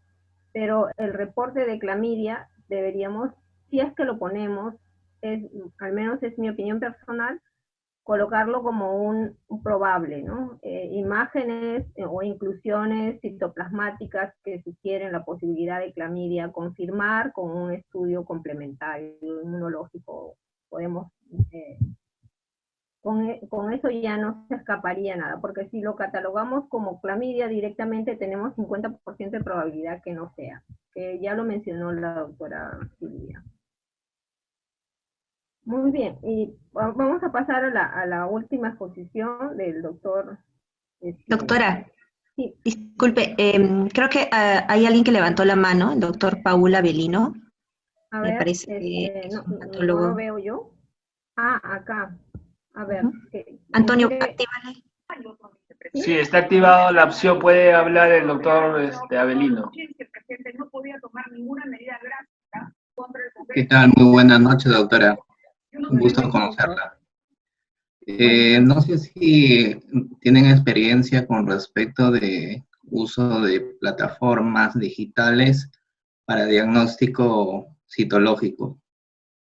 No sé si existe un laboratorio o alguien que maneje esta línea, ¿no?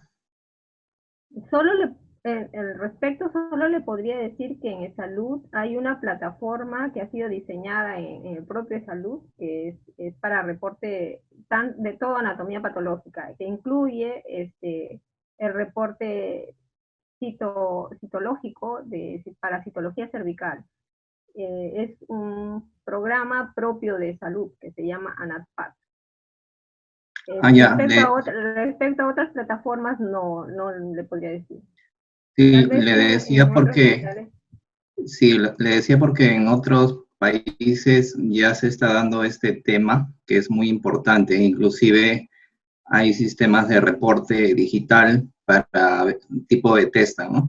Entonces, claro, creo que también hay que ir en nivel cómo avanza la tecnología, ¿no? Porque claro que si sí. nos metemos en la rutina, a veces dejamos de alguna manera de poder revisar los casos sui generis que puedan encontrarse, ¿no? Sí, como le digo, este sistema se ha implementado en eSalud desde hace 1 año y medio aproximadamente, y progresivamente ya está en todo el país en eSalud. No sé en el MINSA, desconozco. No sé si Gris, de repente nos puedes hacer un comentario, una plataforma. Bueno, no sé si el doctor se refiere a una plataforma de flujo de anatomía patológica o a una plataforma de patología digital, de escáner digital de láminas. No, se refiere al reporte. Automatización. No, me estoy refiriendo a un escáner que hace usando diagnóstico para determinación de tipo Bethesda. Claro, ya, aquellos que identifican, ¿no? Hacen una automatización para identificar. Se refiere a automatización para la lectura de láminas. Así es, efectivamente. Ya, no tenemos, pero sí existen plataformas a nivel internacional, varias plataformas que en los que se trabaja básicamente con citología de base líquida, ¿no? Y que se requiere una extendido monocapa que pueda hacer una lectura estandarizada, ¿no? Si existe en el mundo, en el Perú, no, al menos que yo sepa, no creo que nadie la tiene implementada todavía. A ver, acá nosotros tenemos en el instituto y en algunas entidades privadas lo que tenemos es el escáner para hacer la patología digital, es decir, la digitalización de la lámina y poder compartir en tiempo real, ya sea como teletrabajo o hacer consultoría o docencia, ¿no? Pero el programa de automatización, según el reporte de Bethesda, no. Lo que hacemos es digitalizar y evaluar la lámina nosotros mismos. Ah, ok. Gracias, doctora.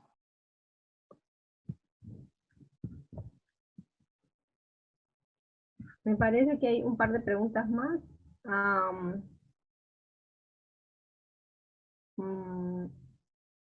Dice, ¿qué tan importante es incluir en el reporte considerando que el objetivo principal es la identificación de cambios en algunos países europeos. Se refiere a la tricomona, a la clamidia. ¿Qué tan importante es incluirlo en el reporte? Considerarlo que el objetivo principal de este estudio es la identificación de cambios displásicos. Se refiere a la inclusión de los microorganismos o el grado de inflamación y cosas así. Ok.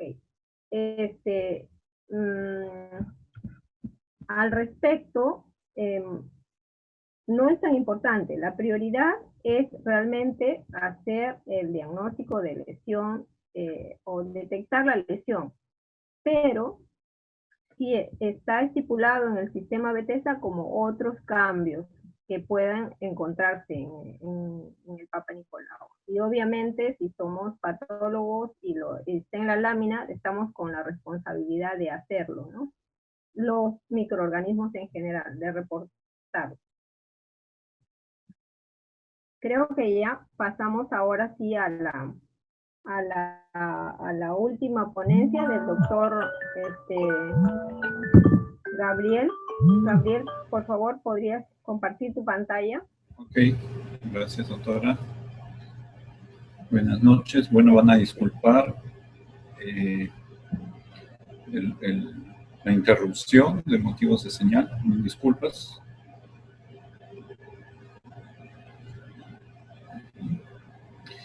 Bien, entonces, el propósito de esta primera parte pues era mostrar un preámbulo acerca ya de los indicadores en la incidencia y la mortalidad que le hemos visto. Hemos comentado de que Perú es un país donde tenemos bastante incidencia de casos, como es el 31.3%, y de mortalidad que llega a 11.6% y que estamos alto en relación a otros países sudamericanos. Entonces, dicho esto, era más que nada refrescar pues, este proceso de coloración en la citología convencional, en lo cual pues tenemos los diferentes pasos que vamos a mostrar de una manera didáctica mediante un video. Pero ya en forma teórica, las láminas las recibimos, ¿verdad?, del consultorio ya fijadas, y ya en el ambiente, en un laboratorio, ya se pasaría primero a hidratarlas y después realizar las diferentes coloraciones. La coloración de los núcleos, que está a cargo de la hematoxilina, y la coloración del citoplasma, que está dado con la eosina y el orange. Entonces, núcleos con hematoxilina y citoplasma con el orange. Después, tener un proceso de aclaramiento con silol, o ya se está utilizando también algunos sustitutos del silol, que tienen pues menos reacciones tóxicas, ¿no? Y ya al final terminar en el montaje de la lámina. Bueno, este es un trabajo que hemos venido realizando, se ha venido realizando en el Seguro Social a raíz de esto,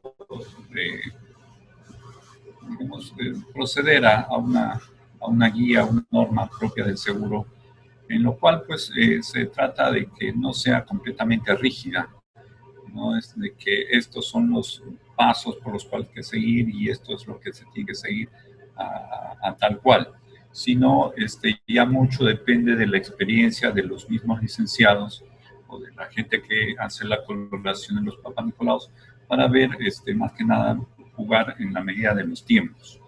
Entonces, este es un video así corto de uno de los tantos pasos que hemos realizado en la institución, con recursos y personal de la institución.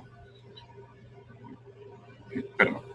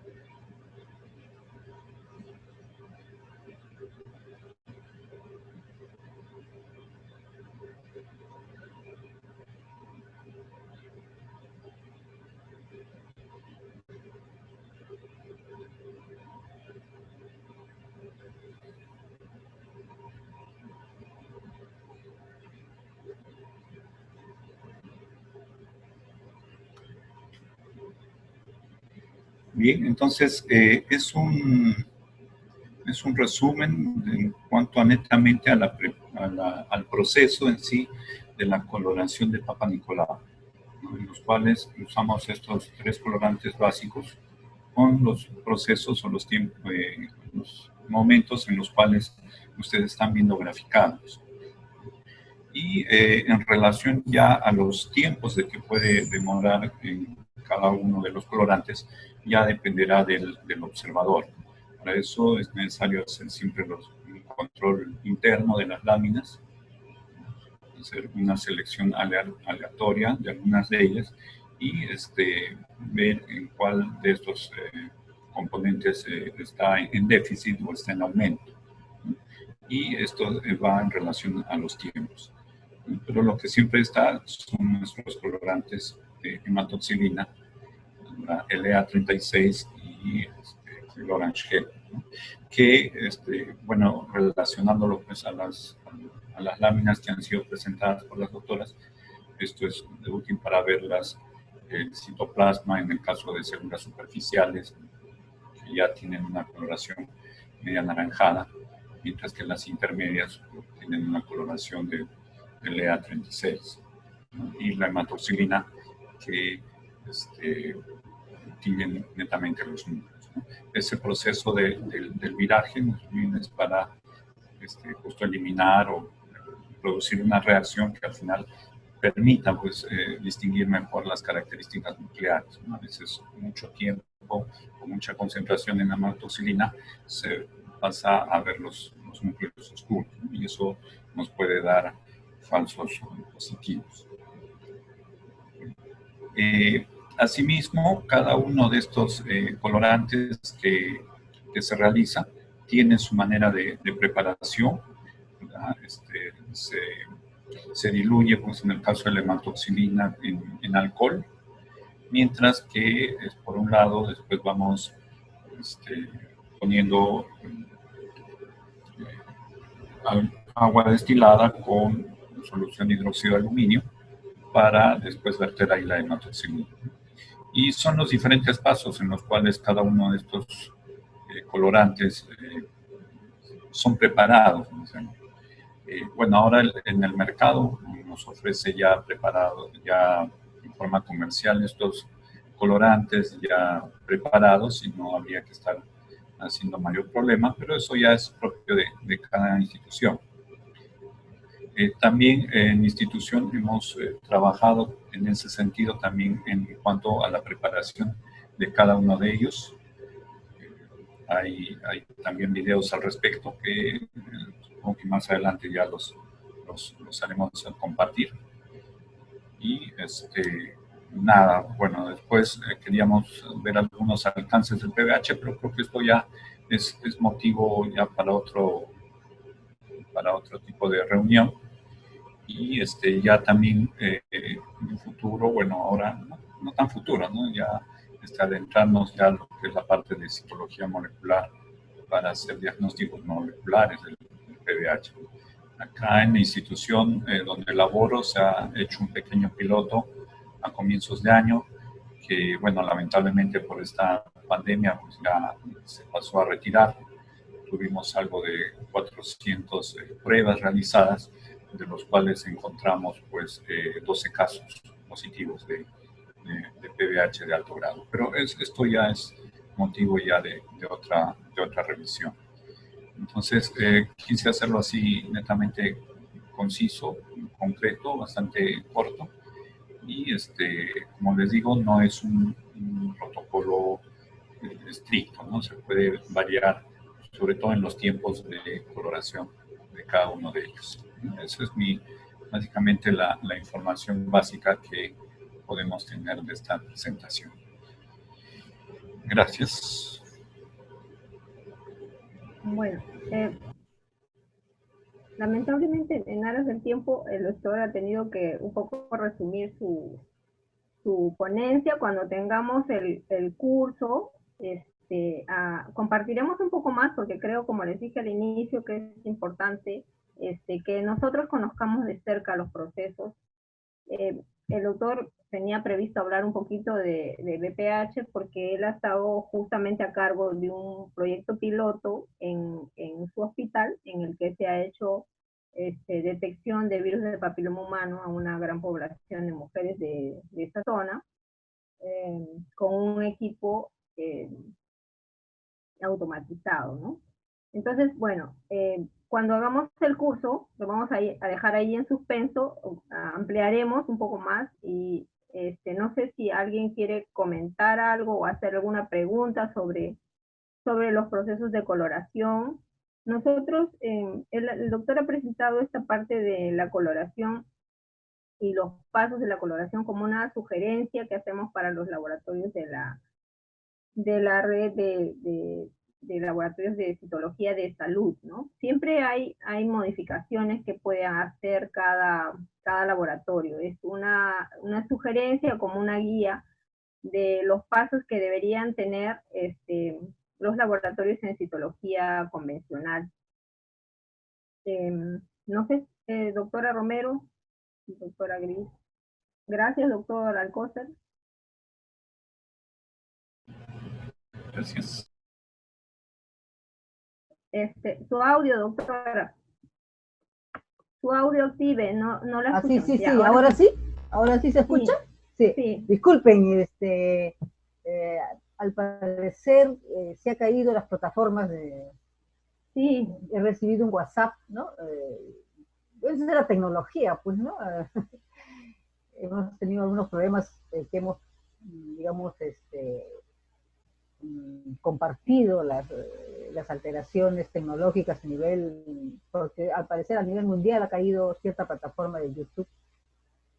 Bien, en todo caso, esta primera parte, esta primera conferencia, como ven ustedes, tan importante como las que ha mencionado la doctora Muñoz y la doctora Grisneri en relación a aquellas que son bien, digamos, los conflictos mayores están a este nivel, ¿no? Los falsos positivos y los falsos negativos, en la sistematización de los procesos reactivos, los procesos atróficos, ¿no? Que son los que más producen, digamos, dificultades, ¿no? Cuando se hace el screening.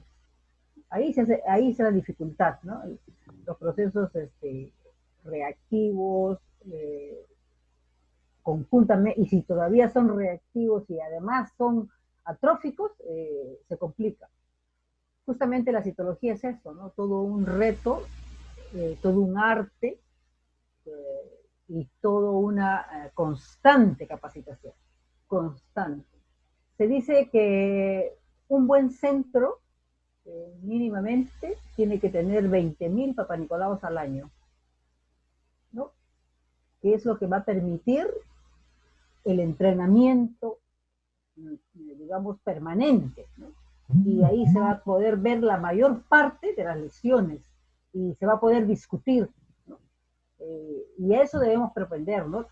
De que los hospitales donde exista un patólogo se concentre la mayor parte de la citología de los centros, ¿no? San Bartolomé, por ejemplo, que es lo que conozco, apenas tiene 6.000 papanicolaos al año de acuerdo a su población que atiende. A veces hemos llegado a 9.000, bueno, si llegábamos a los 10.000. Para certificar su laboratorio era una pequeña cantidad, entonces hicimos el centro de referencia. Y cada hospital debe ser un centro, así como el doctor Gabriel Alcocer está haciendo el centro para la patología molecular del PBH, cada uno de nosotros, los de Mayo, Loaiza, coger todas las áreas que existan en las, bueno, ahora ya no se llaman DISAS, ¿no? De los centros de salud, ¿no? Y esa comunicación, ¿no? Debe existir para que este problema de salud pública, que es el cáncer del cuello uterino, logre bajar. No es posible que todavía el Perú tenga esa frecuencia que ha presentado el doctor Alcocer, ¿no? Recuerdo que en Chile, el programa de Chile bajó el 50% del cáncer en Chile solamente con el Papa Nicolau, solo con el Papa Nicolau. ¿Y cuál era la característica de ese programa de cáncer de cuello uterino? Que estaba a manos de un equipo que tenía bien planificado y tenía toda la comunicación, así como nosotros ahora tenemos un WhatsApp y nos podemos comunicar con todos los patólogos, ellos tenían esa comunicación. Y ese equipo ha pasado todos los gobiernos. O sea que no es que un gobierno viene y cambia, no, es un equipo formado por una doctora, una patóloga muy reconocida por la Sociedad de Patología Chilena, con un gran equipo, y ella tenía, cuando había un paciente que tenía un cáncer de cuello uterino, se fijaba si se había hecho el Papa Nicolau. Tenía el dato si se había hecho y no se había hecho. Y si no se había hecho, ¿por qué el asistente social no estaba en eso? Pues tenía programado hasta eso. Y si se había hecho, sabía qué centro había hecho la lectura, qué tecnólogo había leído y qué patólogo había leído. Todos esos datos los sabía, porque era un sistema que había transcurrido todos los partidos políticos y todos los gobiernos. Eso se debe tener en salud en el país. Programas que vayan adquiriendo experiencia, se vayan formando, ¿no? Y estén a cargo de un equipo que se capacite cada vez más, que sea un centro de capacitación, que sea un centro de decisión, ¿no? Ojalá pudiéramos tener, ojalá que haya esa unificación grande entre salud y MINSA. Este inicio que tenemos hoy día sobre la citología 1, vamos a pasar luego a la citología 2 para hablar ya de las lesiones tempranas, y luego pasaremos al cáncer, ¿no? Y posteriormente vamos a tener un curso para el próximo año, ya esperemos, ojalá pudiéramos tener ya una participación ya individual, presencial, ¿no? Y luego tenemos programado también hacer ese programa de certificación en lectura de citología cérvico-vaginal para la detección del cáncer. Ese es el proyecto que tenemos, está a cargo de la doctora Imelda y todo el equipo de citología que tengo yo acá, Imelda, la doctora Grisneri, la doctora Milagros, ¿no? Y todo el equipo. Creo que podemos impulsar esto. No es posible que el cáncer de cuello uterino continúe siendo en el Perú un problema de salud pública. El único cáncer que se trata rápidamente, abordable fácilmente, existe la tecnología para hacerla, o sea que ni siquiera es que no existe, es una tecnología simple, y además tenemos el personal, patólogos, tecnólogos, biólogos, citólogos que acabo de ver que han asistido y de los cuales los saludo desde acá, incluso algunas obstetrices seguramente, para ver cómo está esta parte de la citología. Creo que es el equipo de salud, así como existe el equipo multidisciplinario en cáncer de pulmón, en cáncer de páncreas, en cáncer de mama, en cáncer de cuello uterino, el equipo multidisciplinario desde el ginecobstetra, el patólogo, tecnólogo, ahora los biólogos que ya están saliendo a la parte de citólogo. Aquí cada uno tiene su nivel, su lugar, cada uno es respetuoso, y acá lo que se necesita es que cada uno aprenda del otro, que cada uno enseñe a los demás, y creo que así lo que podemos lograr es que este problema de salud pública, que es el cáncer de cuello uterino, baje en el Perú. Esperamos que la próxima semana tengamos otra reunión y los invitamos para seguir. Y agradezco a Gris, agradezco a la doctora Silvia Muñoz, a Gabriel Alcocer y de hecho a la doctora Imelda, que está dirigiendo esta reunión académica. Lamentando las dificultades tecnológicas, de las cuales les pedimos disculpas. Les agradecemos su asistencia y los esperamos también la próxima semana con la segunda parte de citología. Muchas gracias. Buenas noches. Buenas noches. Hasta luego. Hasta luego. Y feliz día del patólogo.